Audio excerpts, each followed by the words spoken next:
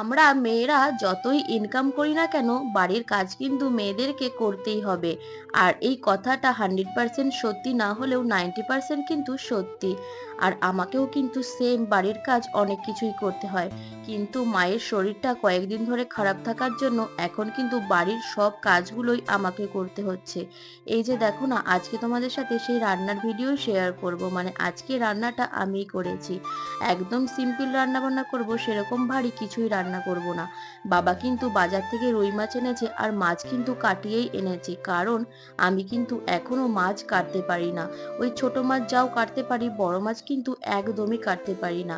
আর আজকে রান্না হবে রুই মাছের ঝোল, আর সাথে কিন্তু চাল কুমড়ো ভাজা।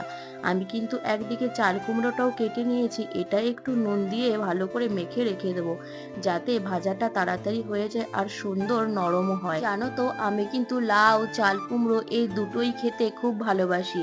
চাল কুমড়োর থেকে কিন্তু লাউটা একটু বেশি ভালোবাসি।